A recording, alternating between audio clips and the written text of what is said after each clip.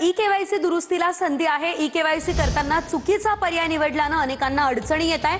अनेकांच्या तक्रारी प्राप्त झाल्यानं दुरुस्ती करण्यासाठी पुन्हा एकदा संधी देण्यात आलेली आहे। आदिती तटकरे यांचं हे ट्विट। ई-केवायसी प्रक्रिया करताना काही लाभार्थ्यांकडून चुकीचा पर्याय निवडला गेला, त्यामुळे योजनेचा लाभ मिळण्यास अडचणी येत आहेत। विशेषतः ज्या पात्र लाभार्थ्यांनी ई-केवायसी करूनही त्यांना अद्याप योजनेचा लाभ मिळालेला नाही, अशा बहिणींना आपली ई-केवायसी माहिती दुरुस्त करण्यासाठी पुन्हा एकदा संधी दिली जाते। आपण ती ज्यांनी ई-केवायसी केलेली आहे पण त्यांचा कदाचित काही कारणास्तव टेक्निकल अडचणीमुळे लाभ बंद झाला असेल, ती आम्ही करतोय।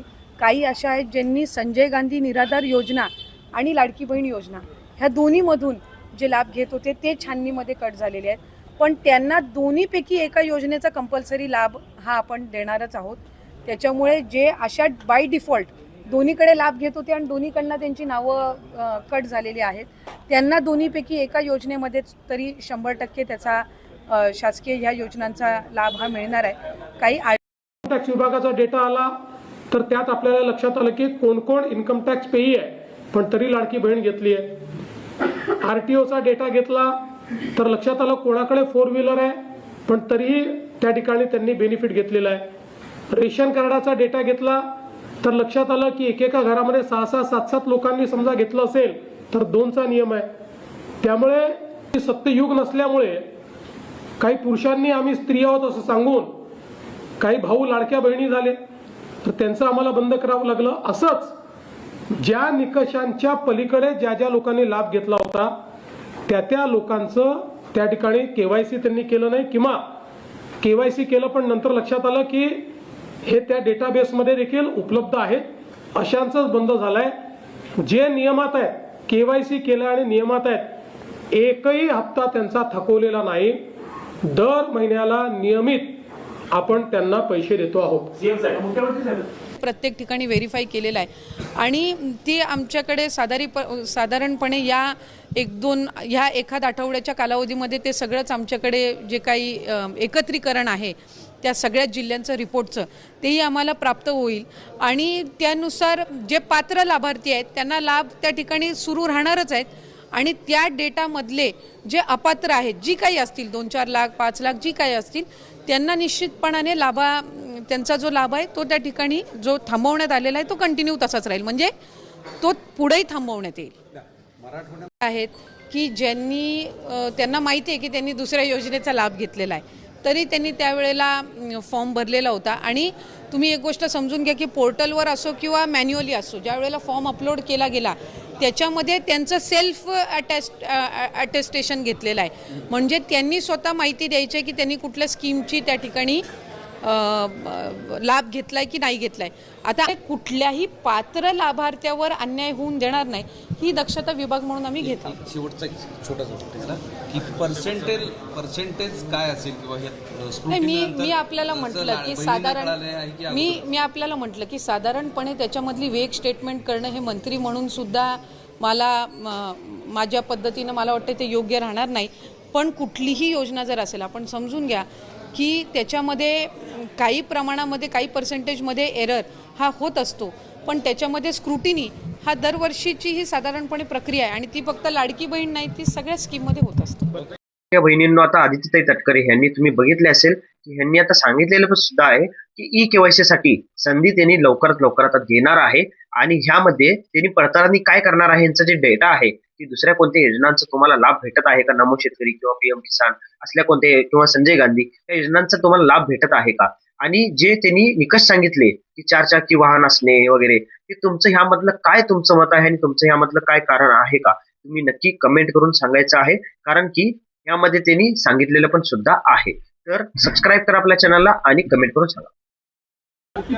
काही अर्ज जे आहेत ते बाद झालेले पाहायला मिळतात, जवळपास त्याची संख्या आहे। अर्ज बाद झालेले नाही आहेत।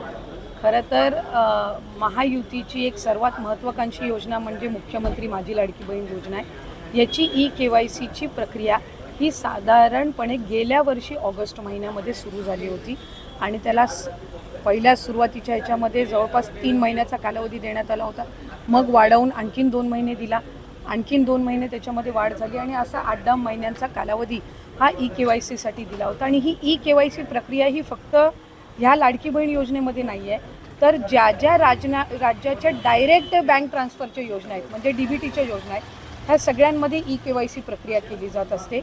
आणि हा जो 80 लाखाचा आकडा आहे हा फक्त EKYCचा नाही. यात EKYCचे काही महिला असतील ज्यांनी EKYC केलेली नसेल इतक्या मुदतीत सुद्धा तेही आहेत. काही आम्हाला गेल्या 10-10.5 महिन्यापासून आम्ही एक IT विभागाचं म्हणजे इन्कम टॅक्सचा आम्ही जो आकडा ज्यांचं उत्पन्न 2.5 लाखापेक्षा जास्ती आहे हा डेटा जो आहे हा आम्ही त्या ठिकाणी मागवलेला होता. त्याला साधारणपणे 10-11 महिन्याचा कालावधी गेला. तर त्या जवळपास एक 11, 11.5, 12 लाख हा तो डेटा याच्यामध्ये 80 लाखामध्ये समावेश आहे. याच्यात 4.5 पावणे 5 लाख अशा महिला आहेत ज्या 65 वयोगटाच्या पुढे गेलेल्या आहेत जे वयाचं निकष आहे तर त्यामध्ये असतील. त्याच्यानंतर याच्यात तुमच्या वेबसाईटवर जर बघितलं तर मागच्या महिन्यामध्ये 1,06,00,000 महिला एवढाच आकडा दिसत होता. आपलं म्हणणं असं असेल की आता 1,70,00,000 झालेले आहेत किंवा 75 लाख झाले आहेत. म्हणजे जसं EKYC होईल तसं तसं चाललंय. त्यामुळं अर्थ खात्याच्या ते किती तुमचा आढावा घेतात मला माहीत नाही. पण अध्यक्ष महोदय EKYC उशिरा करणं, चुकीच्या लोकांना लाभार्थी देणं आमचा लाडक्या बहिणीला पाठिंबाच आहे. आमचा एकनाथ शिंदे नाही पाठिंबा आहे. काय प्रॉब्लेम नाही ना बघा. त्यामुळं सगळ्यात राज्य सरकार तुमचं येण्यात फायदा झाला लाडक्या बहिणीचा. पण 1 नंबरचा आमचा माणूस 2 नंबरला जाऊन बसला हा तोटा महाराष्ट्राचा मोठा झालेला आहे. त्यामुळं ह्या EKYC व्यवस्थित केल्या नाहीत यासाठी तेव्हापासून ज्या मंत्री महोदय होत्या त्यांना जबाबदार धरलं पाहिजेत. आणि हे ज्यांनी चुकीची KYC भरली किंवा भरली नसेल त्यांच्यावर आपण गुन्हे दाखल करणार का? आणि दुसरा प्रश्न आहे अजून डबल 1500चा 2100 हा शेवटचा प्रश्न 1500चा रक्कम 2100 कधी करणार हे आम्हाला जाहीर करा. सन्मान्य सदस्य नाना पटोले साहेब बोला. आणि यानंतर एकनाथ शिंदे बोलतायत. आपण थेट जाऊया. हे फक्त निवडणुकीपुरती घोषणा आहे. तुम्ही चुनावी जुमला म्हणाले नाना, तुम्ही म्हणाले ही फसवी घोषणा आहे. तुम्ही एवढ्यावर थांबले नाही. तुम्ही हायकोर्टात पाठवलं. हायकोर्टाने पण एक चपराक दिली, त्याला पाठवून दिलं परत. आणि तरी सुद्धा आम्ही या ठिकाणी त्या लाडक्या बहीण योजनेचे पैसे नाना जमा केले. त्याच्यामध्ये तुम्हाला वाटलं आता आचारसंहितेत पण पैसे बंद होतील तर आचारसंहितेचे पण ॲडव्हान्स पैसे आम्ही टाकले. आम्ही पण बरोबर डोकं लावून काम केलं लाडक्या बहिणींना पैसे मिळाले पाहिजे म्हणून. आणि लाडक्या बहिणींनी तुमचा टांगा पलटी केला आणि पार असं लँडस्लाईड मॅन्डेट दिलं की म्हणून आता बघा आदितीने जे उत्तर दिलं आमच्या मंत्री महोदयांनी अतिशय स्पेसिफिक प्रश्नांना उत्तर दिले. आणि तुम्हाला सांगतो कुठल्याही परिस्थितीमध्ये लाडकी बहीण योजना तुम्हाला वाटतं कमी होईल बंद होईल, मी सांगतो तुम्हाला लाडकी बहीण योजना कधीही बंद होणार नाही. आणि सांगतो तुम्हाला तुम्ही 2100 रुपये बोलले योग्य वेळी आम्ही जे जे बोललोय ते सगळं पूर्ण करणार नाना. कारण लाडक्या बहिणींमुळे तुम्ही जे नाही लाडक्या तुम्ही खोडा घालायला प्रयत्न केला की नाही. लाडक्या बहिणीने चांगला जोडा दाखवला की नाही. लाडक्या बहिणीने काय चांगला जोडा दाखवला की नाही विधानसभेत दाखवला की नाही. आणि म्हणून आता नाना एकच आहे, तुम्ही लाडक्या बहिणींच्या विरोधात कधी बोलू नका बिलकुल. नाहीतर आता येणाऱ्या पुढच्या निवडणुकांमध्ये लाडक्या बहिणी परत या ठिकाणी नाना तुम्ही तुमच्यावर का घेताय बोला ना. ऐका अरे लाडक्या बहिणींना आतापर्यंतच्या इतिहास किती वर्ष होतं हो काँग्रेसचं सरकार.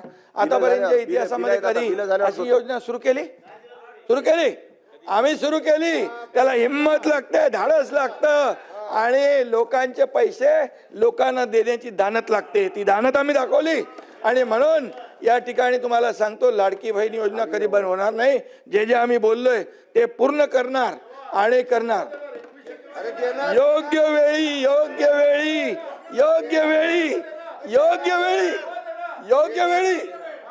योग्य वेळी देणार.